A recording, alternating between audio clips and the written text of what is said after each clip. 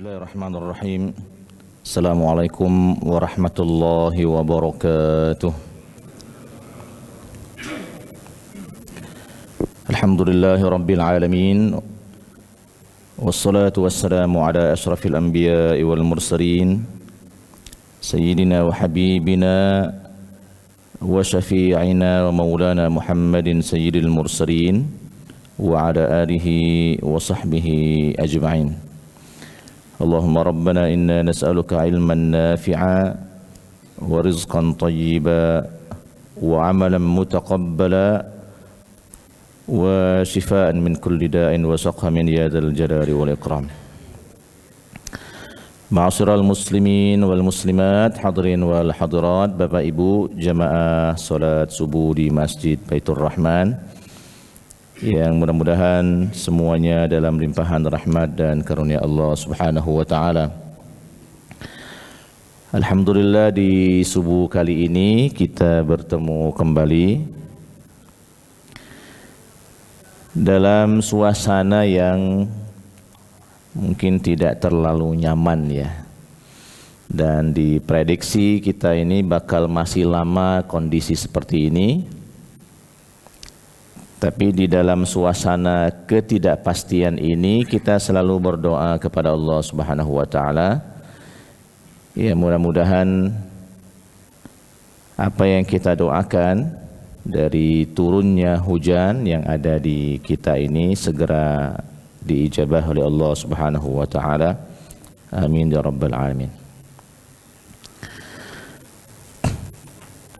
Kita masih melanjutkan pembacaan kitab Misbahuz Zolam ya, yang ditulis oleh Kiai Haji Muhammad Muhajirin Amsar sebagai penjelas dari kitab hadis Bulughul Maram. Kita mulai saja membaca beberapa hadis pada pagi hari ini.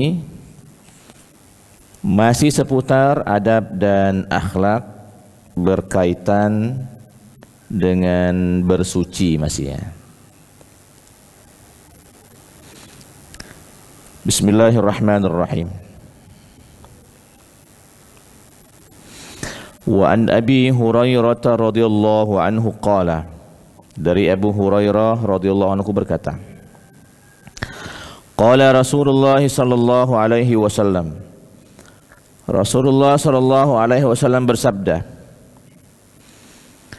ittaqul la'inin, jauhilah oleh kalian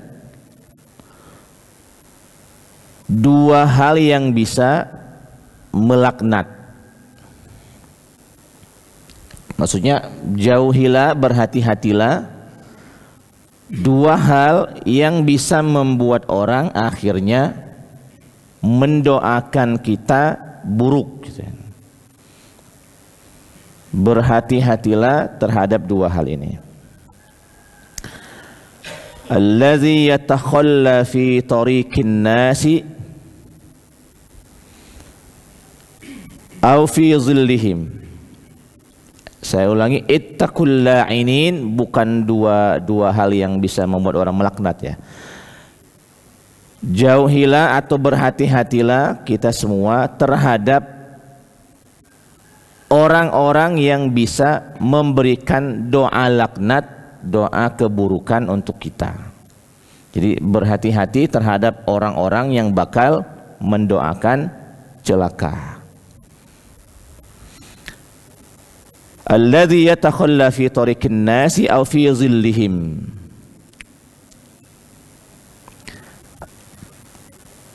Apa yang harus kita hati-hatikan, yaitu jangan sampai kita semua yataghawwat, kata Kiai Haji Muhammad Muhajirin Amsar, alladzi yataghawwat fi mahalli mururin nas, yaitu orang-orang yang buang air sembarangan, buang air kecil maupun buang air besar sembarangan. Jadi begitu orang-orang mendapati orang buang air besar, buang air kecilnya sembarangan, dan orang merasa tidak nyaman, ini baik secara langsung maupun secara tidak langsung, mesti ada rasa-rasa di dalam hati, siapalah yang kencing sembarangan ini, siapalah yang BAB sembarangan ini. Nah, sehingga ketidaknyamanan hati orang ini itu dikhawatirkan muncul doa laknat, muncul doa yang sifatnya keburukan. Nah, karena kita sedang membahas pada bab ini, untuk poin yang pertama ini berhati-hatilah kita semua dalam buang air. Dan alhamdulillah secara umum yang saya perhatikan terutama ya, di masyarakat kita sudah mulai bagus cara mereka berhati-hati saat buang air. Walaupun di sebagian tempat mungkin masih sembarangan. Kalau kita menemukan masih ada tempat yang pesing selain dari WC ya, kalau WC mesti pesing ya. Selain dari WC, maka ini berarti orang-orang yang berada di sekitarnya belum sampai pada peradaban akhlak yang terpuji itu.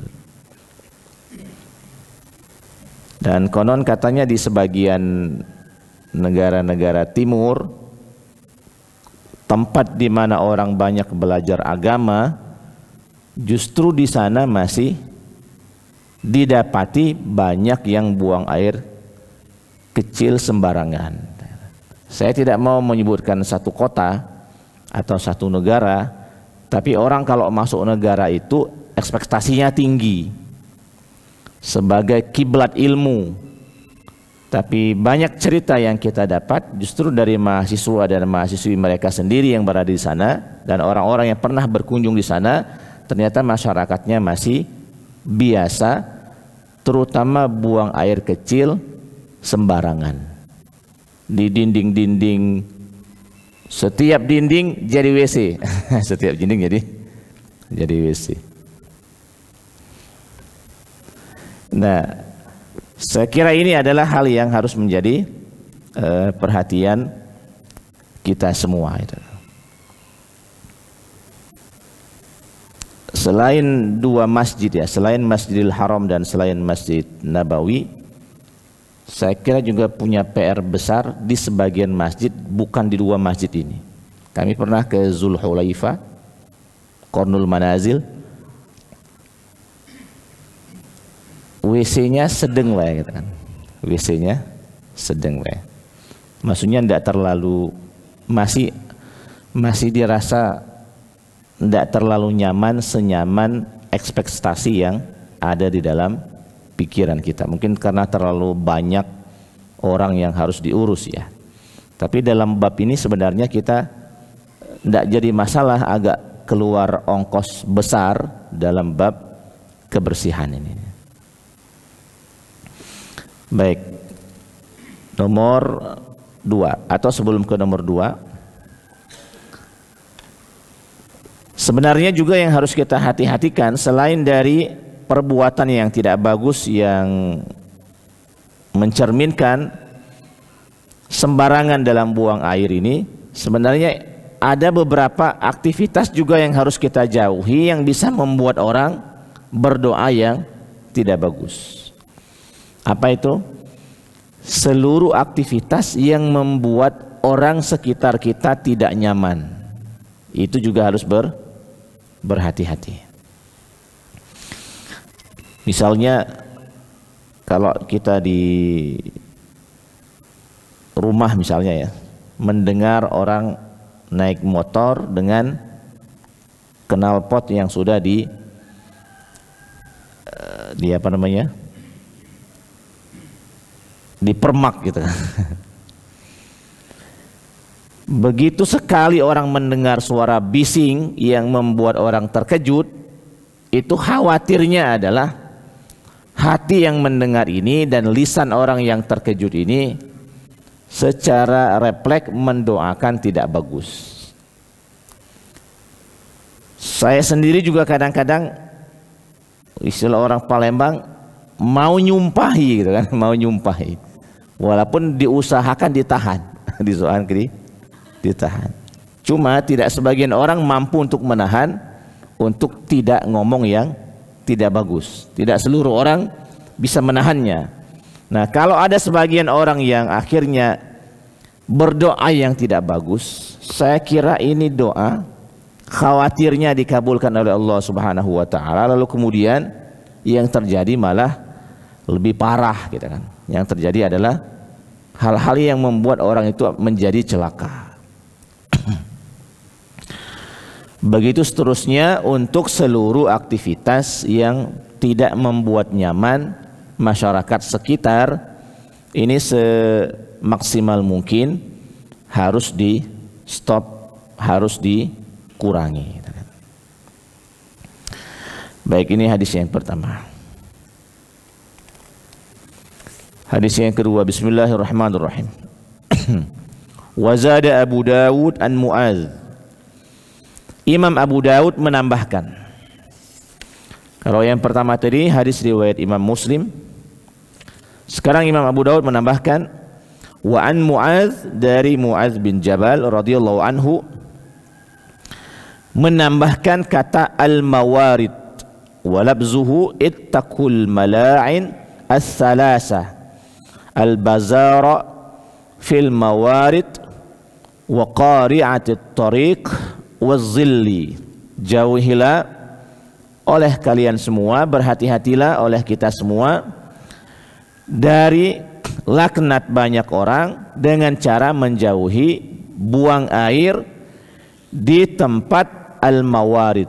Al-mawarid ini tempat orang banyak berdatangan, tempat orang banyak berkumpul, atau tempat di seputaran air yang biasanya dituju oleh banyak orang. Wa qari'atit tariq, dan juga di jalan yang biasa dipakai oleh orang. Lalu kemudian wazil, zil ini tempat orang berteduh, tempat orang duduk-duduk mencari kenyamanan di bawah-bawah pohon kalau dulu ya. Nah, ini tiga hal yang harus dihindari. Wali Ahmad, hadis berikutnya karena mirip, ditambahkan oleh Imam Ahmad wa Ali Abbas wa an Ibni Abbas radhiyallahu anhuma, dari Ibnu Abbas radhiyallahu anhuma, au nafi'i ma'in, atau menambahkan juga jangan buang air fi tariqi muqsil ma, di tempat air menggenang gitu kan. Ya pastilah ya. Makanya sebenarnya, atau sebelum ke sana kita tambahkan hadis yang satunya karena mirip. Wa akhrajat Tabrani an-nahya an qada'il haja tahta al-ashjari al-musmira wa dhaffatin nahril jari. Ditambahkan lagi jangan buang air di tempat atau di bawah pohon yang berbuah, terutama di bawah pohon yang berbuah. Sebenarnya di bawah pohon yang tidak berbuah juga tidak bagus, karena pohon yang tidak berbuah sekurang-kurangnya ini sering dijadikan orang tempat berlindung dari panas, tempat berteduh. Kalau pohonnya berbuah, selain dari orang berlindung, tempat berteduh, orang juga biasanya akan makan buahnya gitu. Ya, kalau dikencingi terus atau dikasih BAB terus misalnya tempat BAB, nah ini tidak bagus dan harus dihindari. Wa dhaffatin nahril jari, dan jangan juga membuang air di pinggiran sungai yang mengalir gitu. Jadi sebenarnya memang kalau masih ada ya, alhamdulillah sekarang ini sudah sedikit banyak WC atau tempat pembuangan air di samping-samping sungai itu sedemikian hari ini semakin berkurang. Saya kira ini adalah hal-hal yang harus terus digaungkan supaya orang berhenti buang air di air. Supaya orang berhenti buang air kecil maupun buang air besar di sungai. Selain ini adalah tugasnya ibaratnya para ustadz untuk memberikan himbauan karena memang tuntunan syariahnya jelas. Dan saya kira dalam hal ini tenaga kesehatan juga kita perlu bekerja sama dalam rangka mendakwahkan, mengajak masyarakat untuk menjadikan tempat buang air itu adalah tempat yang khusus gitu kan, yang kotorannya masuk ke tanah, itu lebih terjaga. Di mana kira-kira masih banyak WC di air? Kalau orang Palembang nyebutnya apa lah orang Palembang? Hah? Jampangan, jambangan. Kalau orang kami nyebutnya bong gitu. Saya juga tidak tahu kenapa bisa jadi bong itu ya. Bong. Nah, orang mandi di situ, orang nyuci pakaian di situ, orang nyuci, kadang-kadang orang nyuci piring kotor, cangkir kotor di situ juga gitu kan. Orang sikat gigi di situ juga.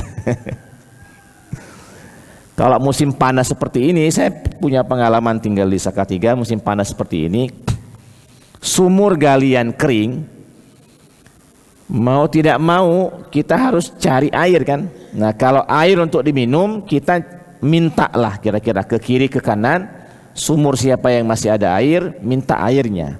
Tapi untuk keperluan selain untuk makan dan minum, kita ambil air dari sungai. Kalau mandi ke sungai bawa ember kosong. Mandi ke sungai bawa ember kosong, baliknya bawa banyu. Baru sudah mandi berkeringat lagi itu. Baru sudah mandi berkeringat lagi. Bawa banyu kan sampai ke rumah. Nah, banyu ini dipakai untuk apa? Untuk kumur-kumur, sikat gigi gitu ya.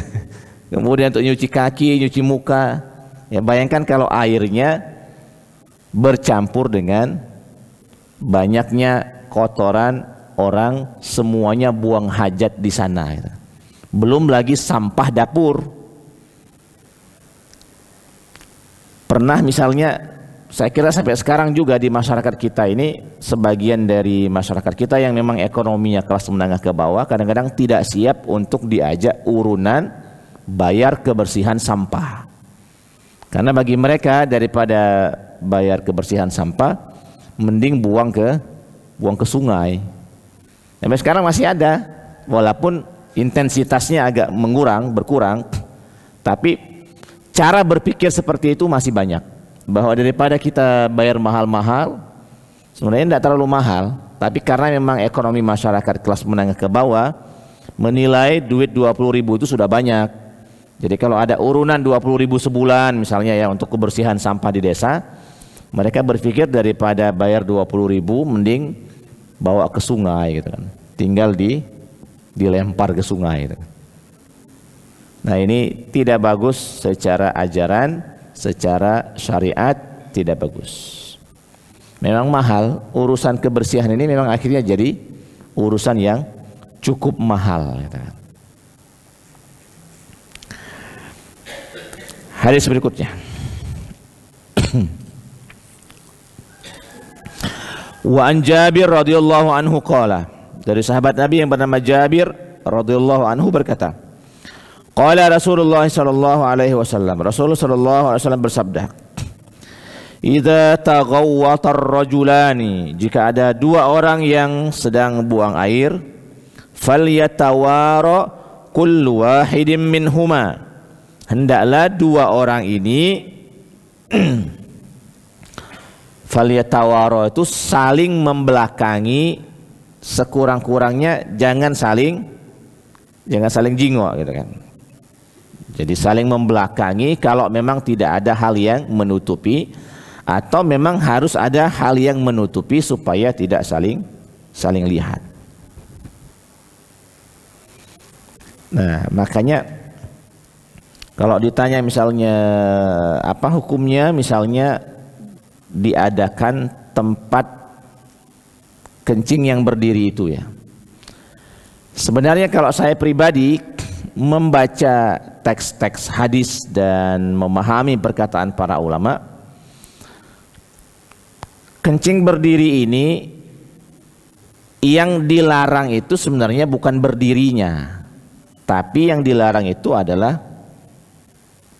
hal-hal yang berkaitan saat orang kencing berdiri.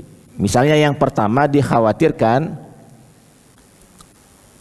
tidak tuntas dalam buang air misalnya ya, yang membuat akhirnya setelah buang air nanti khawatirnya masih ada sisa-sisa yang mau keluar atau sisa-sisa yang keluar, yang membuat orang kalau sudah wudu terus masih ada sisa kencing yang belum keluar, akhirnya keluar saat ruku, keluar saat sujud. Ini mau tidak mau akhirnya sholatnya menjadi batal. Maksudnya konsekuensi dari kencing berdiri. Kencing berdirinya tidak dalam kategori haram, tetapi karena ada impact yang kurang bagus, sekurang-kurangnya dia jadi makruh. Ini yang pertama. Yang kedua, khawatirnya jipratan dari kencing itu mengenai pakaian misalnya ya, dan itu juga menjadi hal yang harus diwaspadai kalau kita mau sholat ya, terutama ini sebagai imam karena harus menanggung banyak jamaah kalau tidak bagus dalam cara bersuci seperti ini. Nah yang ketiga, kencing berdiri ini rawan tejingo. rawan tejingo, khususnya yang berdiri yang tidak ada pembatas yang tinggi itu ya, itu rawan tejingo. Saya pribadi kalau seandainya memang sudah sangat kebelet sekali, tapi kadang-kadang masih tidak nyaman. Kalau orangnya rame saya tidak nyaman ya.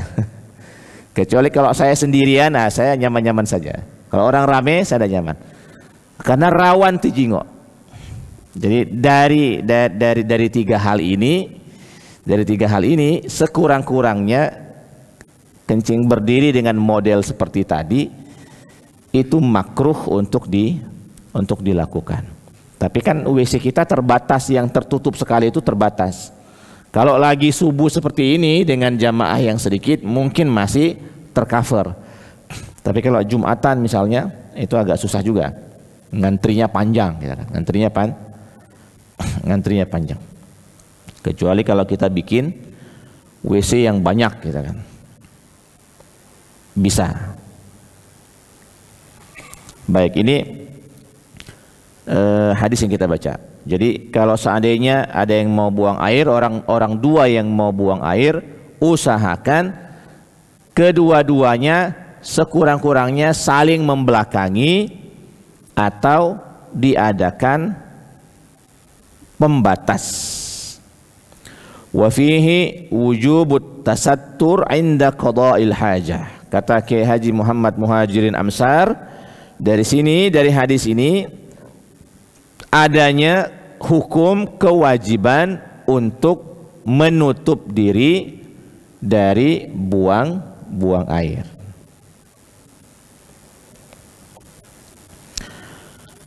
Wa sitrul aurati wajibun ala ikhtilafi ashkaliha, dan menutup dari cara kita membuang air ini hukumnya wajib. Wa qad ajma'al ulama ala wujubi sitril aurah, dan para ulama sudah sepakat dari kewajiban menutup aurat, kecuali nanti dalam kondisi-kondisi terpaksa harus membuka aurat, misalnya dalam bab pengobatan. Ini masyhur boleh membuka aurat dalam pengobatan. Baik, berikutnya. Idza taghawwata ar-rajulani falyatawara kullu wahidin minhuma an sahibihi wa la yatahaddatsan. Dan janganlah dua orang yang sedang buang air ini yatahaddatsan, saling bercerita, ngobrol. Fa innallaha yamkutu ala dzalika, karena sesungguhnya Allah Subhanahu wa taala membenci perkara itu. Jadi yang pertama adalah harus ada tabir, harus ada penghalang. Dan yang kedua, jangan ngobrol saat buang air. Itu tidak bagus, bukan bagian dari adab di dalam kamar mandi atau di dalam WC. Kalau ada yang nanya, kalau nyanyi Ustaz, sama be. Kalau nyanyi itu kan ngomong dewek berarti kan. Nyanyi-nyanyi dia.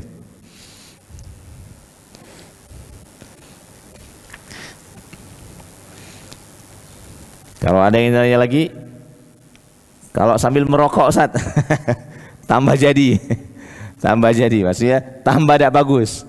Buang air sambil merokok, itu tambah tidak bagus. Apalagi kalau seandainya WC-nya tertutup, selain tidak bagus untuk dirinya, tidak bagus untuk orang yang datang setelahnya. Sudah tahu ini WC-nya tertutup, dia masuk WC merokok gitu kan. Jadi orang yang datang setelahnya itu mesti akan merasa di dalam dirinya, mana wong ini kan ada di kamar mandi tertutup merokok lagi. Kamar mandi terbuka saja merokok tidak bagus, apalagi kamar mandi tertutup. Tapi memang sebagian orang terbiasa nak ke kamar mandi ngidupi rokok dulu dia. Ngidupi rokok dulu, baru dia ke kamar mandi. Teman saya sendiri masih ada yang itu. Mudah-mudahan dia mendengar ini gitu. Masya Allah gitu. Baik, hadis berikutnya.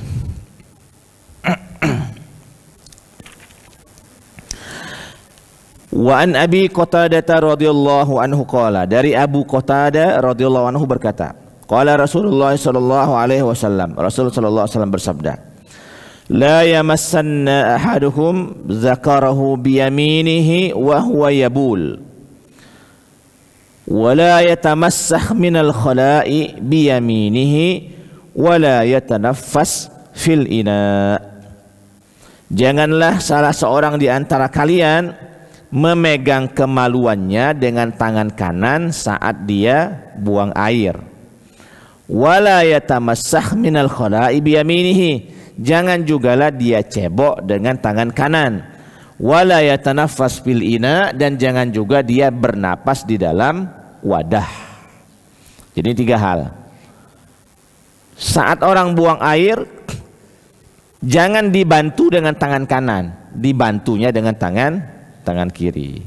Kalau buang air kecil, bantunya dengan tangan kiri. Kalau buang air besar, misalnya buang air besarnya keras misalnya ya, dan terpaksa harus dibantu dengan tangan kiri, jangan tangan kanan. Kecuali kalau tangan kanan ini lagi keseleo, patah misalnya kan, tidak pacak bergerak, salah. Kalau tangan kirinya tidak pacak bergerak, harus bantu dengan tangan kanan. Jadi jangan menggunakan tangan kanan. Kemudian wala yatanafas bil ina, jangan juga bernapas di dalam wadah, jangan bernapas ya. Ini saya baca wahaza an-nahyu lit-ta'dib. Ini bagian dari larangan, ini bagian dari kesempurnaan adab. Nah, bernapas di dalam wadah itu hukum asalnya makruh. Ini kata Ki Haji Muhammad Muhajirin Amsar, hukum asalnya makruh. Karena kenapa? Wa illatun nahyi 'anit tanaffus fil ina'i annahu rubbama saqata syai'un minal anfi wal fami. Dikhawatirkan saat orang bernapas di wadah itu ada yang jatuh baik dari mulut ataupun dari hidung.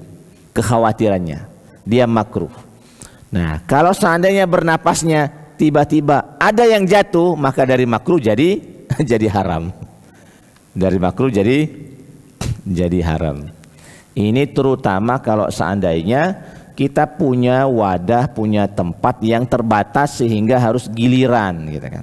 Tapi kalau wadahnya khusus untuk kita secara pribadi, ini sebenarnya sah-sah saja, walaupun tetap dalam adabnya usahakan jangan bernapas di dalam wadah. Kalau untuk pengobatan gimana Ustaz? Untuk pengobatan lain lagi. Misalnya orang baca Al-Fatihah didekatkan di air. Lain lagi. Jangan juga diludahi, kalau diludahi juga tidak bagus. Jadi sekedar bacaan Al-Fatihah itu didekatkan dengan air untuk misalnya ruqyah gitu ya, untuk ruqyah. Kalau diludahi saya enggak tahu dalam bab meludahi. Karena yang saya tahu pengobatan ruqyah itu bukan meludahi, tapi sekedar mendekatkan ke tempat di mana misalnya air mau dijadikan wasilah pengobatan ruqyah misalnya ya. Nah, jadi ini masih berkaitan dengan adab buang air dan adab dalam bernafas saat makan dan minum. Hadis berikutnya. Wa an Salman radhiyallahu anhu qala, dari Salman radhiyallahu anhu berkata, laqad nahana Rasulullah sallallahu alaihi wasallam an nastaqbilal qiblata bi ghaitin aw baulin. Rasulullah melarang sallallahu alaihi wasallam menghadap kiblat saat buang air kecil maupun saat buang air besar. Jadi dalam adabnya jangan buang air menghadap kiblat. Saya baca dulu. Faqad qala Syafi'i wa Malik. Imam Asy-Syafi'i dan Imam Malik mengatakan haram hukumnya menghadap kiblat saat buang air kecil atau buang air besar di tempat terbuka. Wala yahrum fil binyan awil makan al mu'idda li qada'il hajah.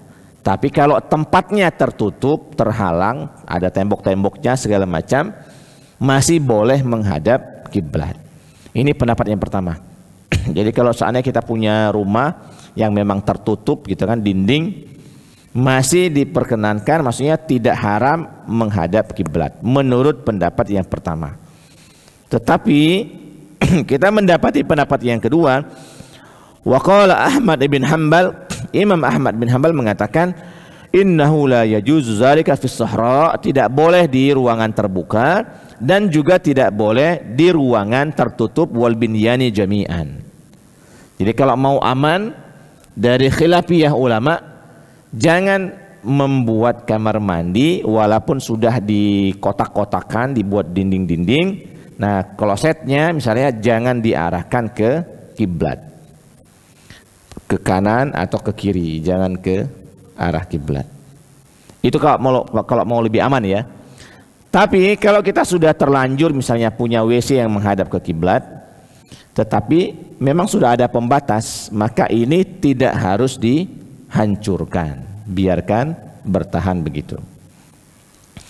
Jadi ini kaitan dengan Rasul melarang menghadap kiblat dalam buang air besar maupun buang air kecil. Au an nastanjiya bil yamin, dan Rasulullah SAW juga melarang untuk cebok dengan tangan kanan, baik cebok buang air kecil maupun cebok buang air besar.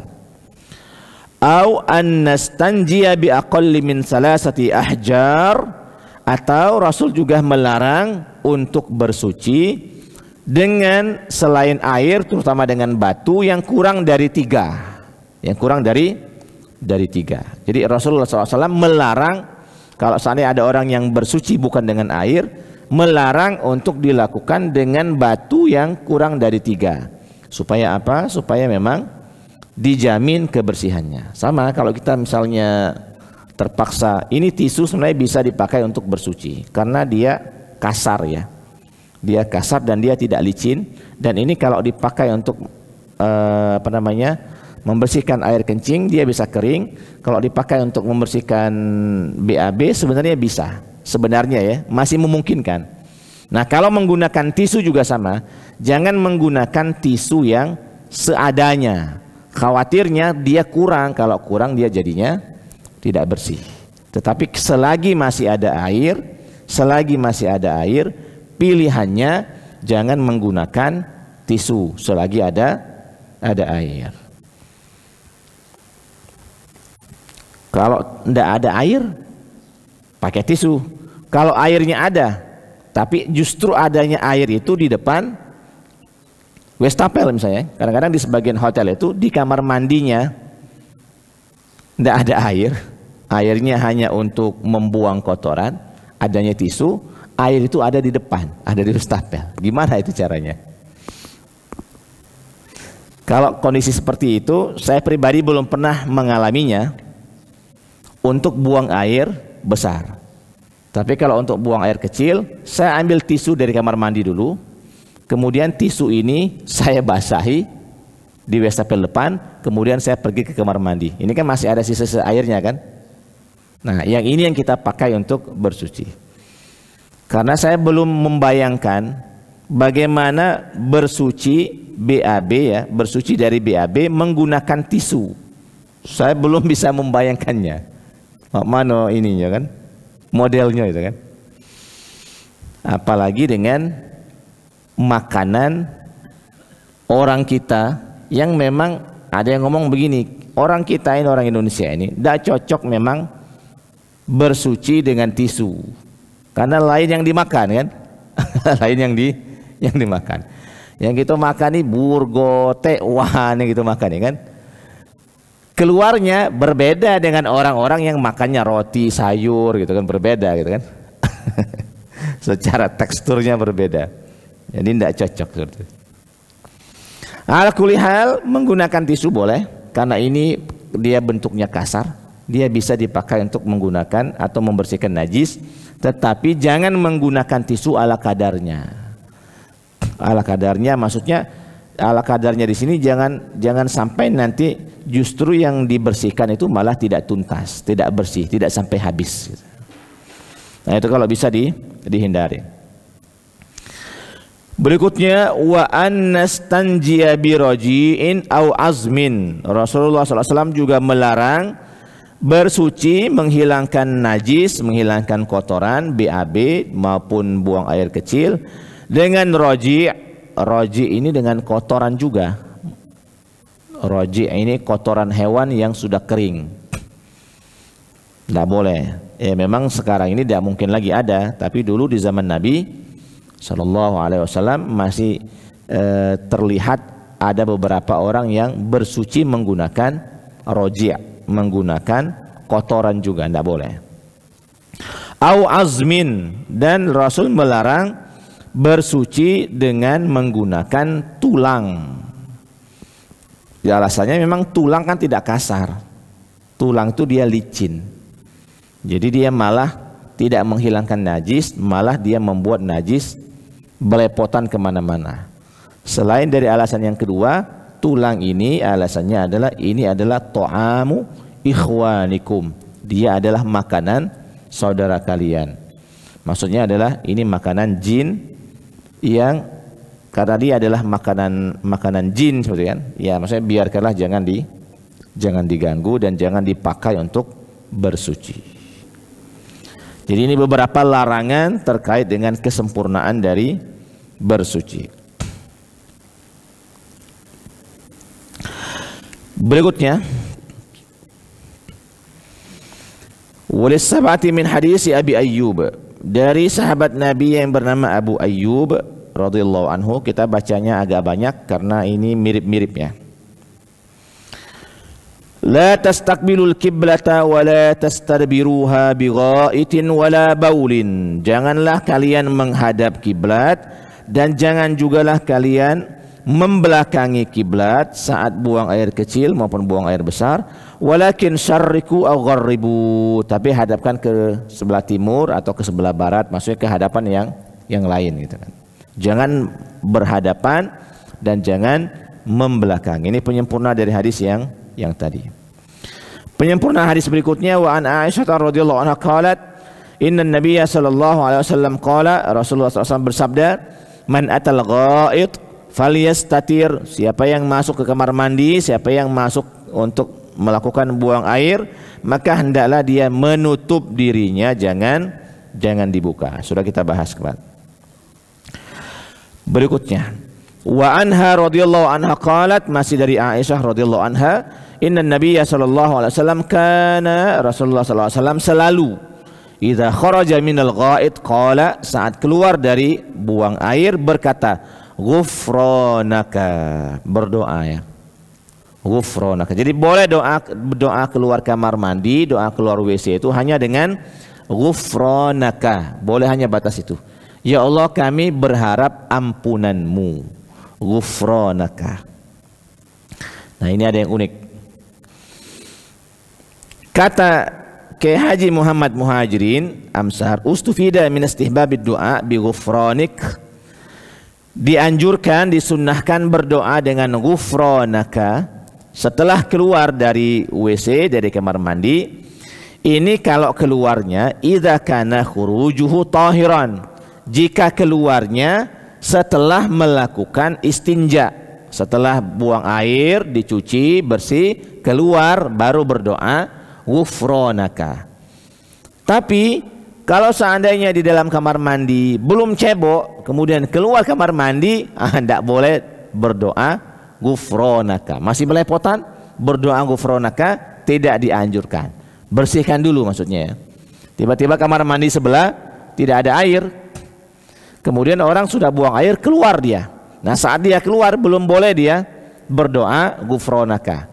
Dia harus bersihkan dulu, sucikan dulu, setelah itu baru dia berdoa ghufranaka. Dalam riwayat yang lain ada tambahan alhamdulillahilladzi azhaba annil adza wa afani. Segala puji bagi Allah Subhanahu wa taala yang sudah menghilangkan dariku adza, adza ini penyakit, wa afani dan menyehatkanku. Jadi ternyata tinja itu ya, itu adalah saripati penyakit, saripati kotoran. Makanya harus bersih dalam cebok, dan tangan setelah cebok juga harus bersih. Makanya jangan tangan kanan, tangan kiri. Walaupun tangan kiri, kalau dia tidak bersih, ini khawatirnya perpindahan penyakit disebabkan karena tinja ini menular. Di sebagian cerita kawan-kawan yang fokus di dunia kesehatan. Jadi hati-hati dengan tinja. Makanya hati-hati kalau misalnya menemukan ada warung murah meriah tapi tempatnya tidak kondusif, tempatnya itu di seputarnya itu banyak kotoran, banyak orang buang air di sana misalnya ya. Itu hati-hati. Juga hati-hati bagi ibu-ibu terutama yang cuci piring di WC gitu kan. Karena masih banyak di masyarakat kita, karena memang punya kamar mandi siko itulah. Kamar mandi ini dipakai untuk buang air, dipakai untuk mandi, dipakai untuk nyuci baju, kadang-kadang juga dipakai untuk nyuci piring di situ kan. Jadi hati-hati juga. Karena sekali lagi Islam sangat mewanti-wanti dari hal-hal yang sifatnya bisa membahayakan kita gitu kan. Tapi Islam fokusnya ke kebersihan. Nah, baik Bapak Ibu semua yang dirahmati Allah Subhanahu wa taala, saya kira saya sudah berusaha untuk membaca banyak hadis, ada 7, ada 8 mungkin ya yang kita baca pada pagi hari ini. Yang kita tutup dengan doa keluar WC gitu kan. Sekurang-kurangnya ghufranaka, dan boleh ditambahkan alhamdulillahilladzi azhaba anil adza wa afani. Sekali lagi ini doa dibaca setelah keluar dalam keadaan setelah istinja, setelah cebok. Jangan berdoa masih di dalam. Sebagaimana saat masuk WC berdoanya itu di luar baru masuk. Jangan saat kaki sudah melangkah dia berdoa, enggak. Kalau mau ditempel tulisan doa, sebenarnya nempelnya jangan di pintu, karena kalau pintunya didorong nanti tulisan ghufranakanya masuk ke WC gitu kan. Kalau mau ditempel ya. Jadi nempelnya itu bagusnya di dinding luar. Ini cara kita beradab dengan hal-hal kecil yang mungkin kadang-kadang luput dari perhatian kita. Saya kira saya batasi di pukul 6. Mohon maaf atas segala kesalahan dan kekurangan. Jika memang masih ada hal-hal yang pengen ditanyakan, kami persilahkan sebelum kita istirahat. Atau kalau ada yang mau ditambahkan berkaitan dengan kebersihan, kami persilahkan dengan senang hati gitu ya.